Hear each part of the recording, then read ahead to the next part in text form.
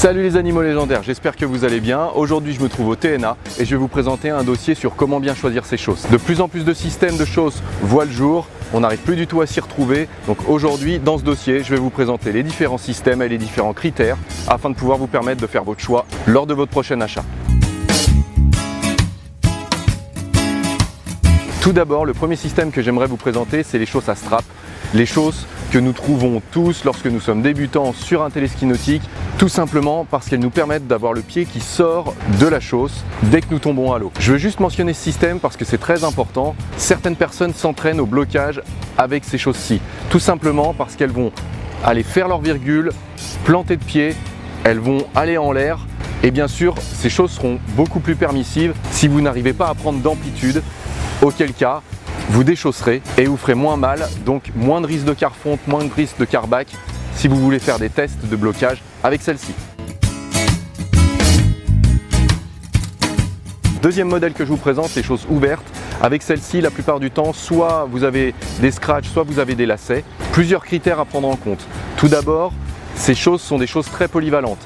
Vous avez une amplitude de taille très importante, donc si vous faites du ride en famille, vous pouvez vous permettre d'acheter ce genre de choses. Ce sont des choses très polyvalentes. Cependant, deuxième critère important, elles s'assouplissent rapidement et auquel cas ça devient du chewing-gum.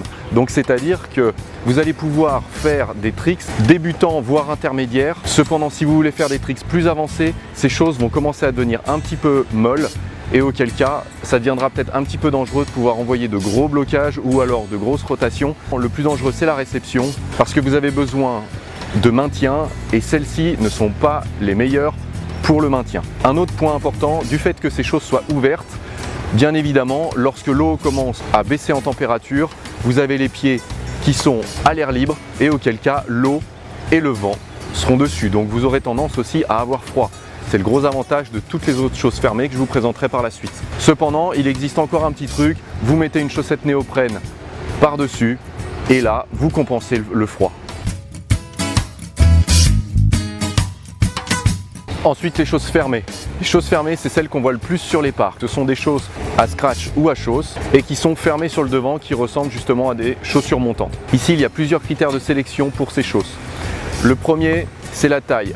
Vous allez avoir sur ces chausses-ci, car elles sont beaucoup plus précises que celles que j'ai mentionnées précédemment, des choix entre une pointure et demie à 4 pointures.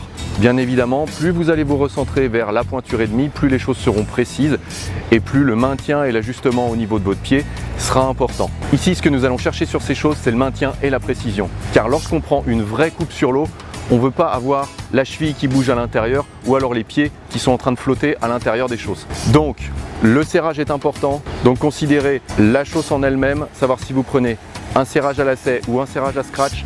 Considérez les tailles et enfin, chose encore très importante aussi, considérez que le néoprène se tasse. Donc lorsque vous allez scier vos chausses et qu'elle vous compresse le pied, c'est normal. Par la suite sur l'eau, le néoprène va se tasser et va vous libérer de la place à l'intérieur de la chausse. Quatrième système que je vous présente, la chausse à chaussons, c'est-à-dire que vous avez une coque à l'extérieur, soit avec des straps, soit avec des lacets, soit alors encore avec des sangles. C'est le système que l'on voit de plus en plus sur les parcs, tout simplement parce que c'est très confortable. Ici, vous allez donc avoir un chausson qui va vous permettre de pouvoir marcher sur la berge lorsque vous serez tombé du téléski. C'est un système qu'on voit de plus en plus. Au niveau précision, cela ne change quasiment rien. Malgré tout, certains critères sont à considérer. Le critère du poids et le critère de la taille. Le petit plus que vous allez avoir sur ce système-ci, c'est de pouvoir marcher lorsque vous êtes tombé sur la berge sans vous faire mal aux pieds. Cependant, quelque chose à considérer, ce système est tout de même plus lourd qu'un système standard. J'ai pu peser les différents systèmes que le shop du TNA aujourd'hui peut présenter et auquel cas, il y a quelques centaines de grammes qui diffèrent entre les différents systèmes. Donc si vous êtes léger ou légère et que vous achetez ce genre de système, sachez que vous allez rajouter du poids à vos pieds.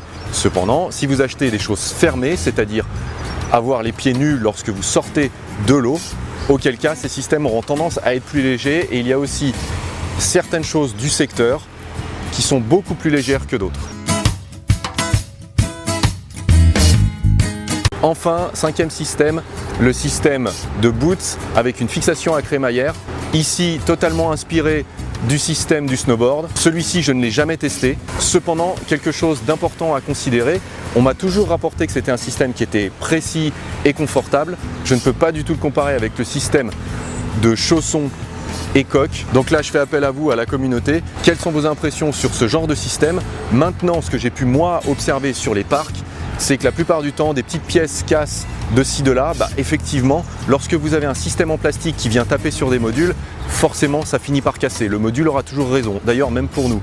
Aussi, ce que j'ai pu observer, le chausson, à force de serrage, commence à partir en lambeaux du fait du frottement. Donc pour moi, aujourd'hui, ce système est un bon système. Cependant, considérez un temps de vie plus court et peut-être devoir faire appel à la garantie. Enfin, je voulais vous remercier. On est de plus en plus d'abonnés sur la chaîne. On va bientôt atteindre les 1000. Le challenge des 1500 où je me mets en borat pour pouvoir vous réaliser un 5-4 sur un kicker va bientôt arriver. Donc merci à tous, n'hésitez pas une fois de plus à liker la vidéo et à partager, et ça fait de plus en plus plaisir de voir des personnes qui sont à fond dans le wakeboard, et c'est aussi pour ça que je m'engage pour vous. Donc likez, partagez et à très bientôt les animaux légendaires.